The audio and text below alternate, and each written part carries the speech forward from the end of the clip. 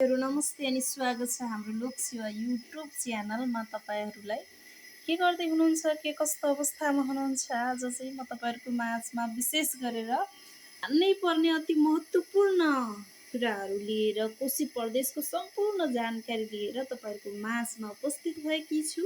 अन्त्यसम्म यो भिडियो हेर्ने प्रयास गर्नुहोला र लागौँ कोशी प्रदेशको बारेमा। यहाँ हेर्न सक्नुहुन्छ, यो प्रदेशको नामाकरण विक्रम सम्वत 2079 फागुन 27 गते गरियो। अस्थायी राजधानी विराटनगर हो। यसलाई 2076 1 महिना 3 गते चाहिँ के गरिएको थियो त नामाकरण गरिएको थियो र क्षेत्रफल यसको 25,905 वर्ग किलोमिटर रहेको छ भनेदेखि यसका जिल्ला रहेका छन् 14वटा, उपमहानगरपालिका 1वटा छ भनेपछि महानगरपालिका कति छ त 2वटा छ र नगरपालिका 46वटा छ भनेपछि गाउँपालिका कतिवटा छ त 88वटा यसको गाउँपालिका छ। तपाईहरुले जान्नै पर्ने हुन्छ है। र जम्मा स्थानीय तह चाहिँ कतिवटा छ त 137वटा यसको जम्मा स्थानीय तह छ भनेपछि जम्मा वडा संख्या चाहिँ यसको जम्मा वडा संख्या 1157 छ है त। यो त तपाईहरुले जान्नै पर्ने कुराहरू हो है। लोकसेवा पढ्नेहरूको लागि त झन् विशेष गरेर जान्नै पर्छ र अरूले पनि हाम्रो देश नेपालमा बसिसकेपछि आफ्नो प्रदेशहरूको बारेमा 7वटा प्रदेशको बारेमा जान्न जरुरी छ।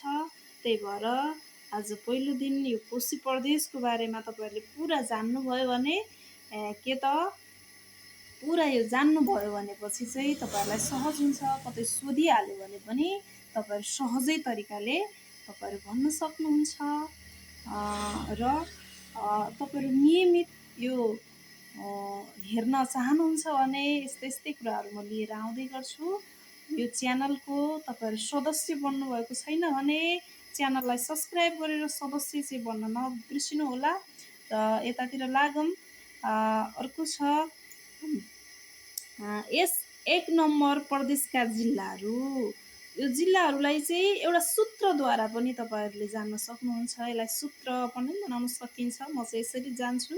उम्सतेर पाइता खोसु धोबो उजा मोसु भन्ने मैले सूत्र याद गरेको छु र योबाट सहजै तरिकाले यो जिल्लाहरू लेख्न सक्छौँ। उम्सतेर पाइता खोसु धोबो उजा मोसु भनेपछि ट्याक्कै जिल्लाको नाम आउँछ। उबाट उदयपुर, सबाट सङ्खुवासभा, त्यबाट तेह्रथुम, पाँचथर, इलाम, खोटाङ, सोलुखुम्बु अनि के छ धनकुटा, भोजपुर, खोटाङ, झापा, मोरङ, सुनसरी आदि इत्यादि चाहिँ के हो त यस प्रदेशका कोशी प्रदेशका के हो त जिल्लाहरू हुन्। अनि यसका तपाईहरुले देख्न सक्नुहुन्छ प्रमुख सहरहरू। यसका प्रमुख सहरहरू चाहिँ विराटनगर, इटहरी, धरान, धनकुटा, बिर्तामोड, इलाम, दिक्तेल र फिदिम प्रमुख सहरहरू हुन्।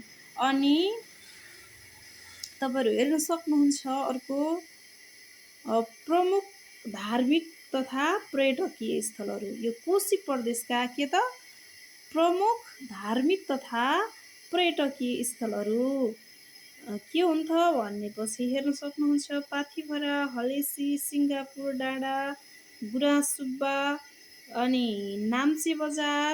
अर्को रहेको छ यता सगरमाथा, माइपोखरी आदि चाहिँ के हो त प्रमुख धार्मिक तथा पर्यटकीय स्थलहरूलाई जनाउँछ।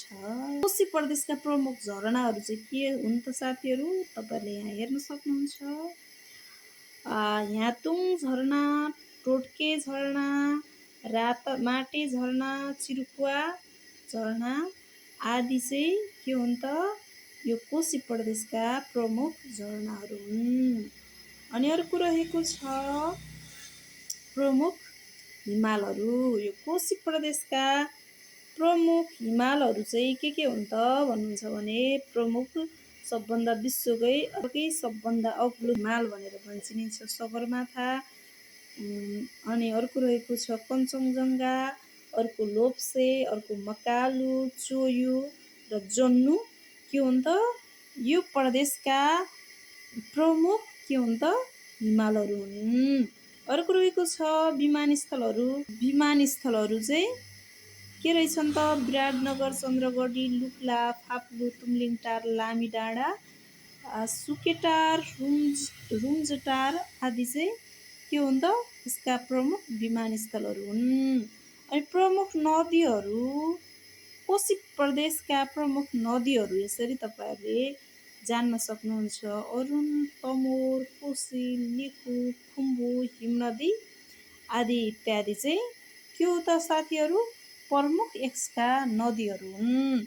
यसको सम्पूर्ण जानकारी चाहिँ आज तपाईँहरूले पाउनुभयो कोशी प्रदेशको बारेमा। सबै मैले एकचोटि देखाइदिन्छु तपाईँहरूलाई है। यो सबै तपाईँहरूले याद गर्नुभयो भने चाहिँ तपाईँहरूलाई जहाँ गए पनि जस्तो सोधे पनि तपाईँहरूलाई कोशी प्रदेशको बारेमा चाहिँ जताबाट सोधे पनि कोशी प्रदेशको बारेमा सहज तरिकाले तपाईँहरूले बताउन सक्नुहुन्छ, भन्न सक्नुहुन्छ। एकचोटि यो सबै नोट याद गर्नुहोला है त। अब यस्तै भिडियोहरू लिएर म यो च्यानलमा आउँदै गर्छु। तपाईँहरू चाहिँ यो यस्तै सबै 7वटै प्रदेशको बारेमा यो जान्न चाहनुहुन्छ र अन्य पनि ज्ञानमूलक कुराहरू तपाईँहरू जान्न चाहनुहुन्छ, सिक्न चाहनुहुन्छ भने यो च्यानललाई सब्सक्राइब गर्न चाहिँ नभुल्नुहोला भन्दै आज चाहिँ छुट्टिन्छौँ। धन्यवाद, नमस्ते।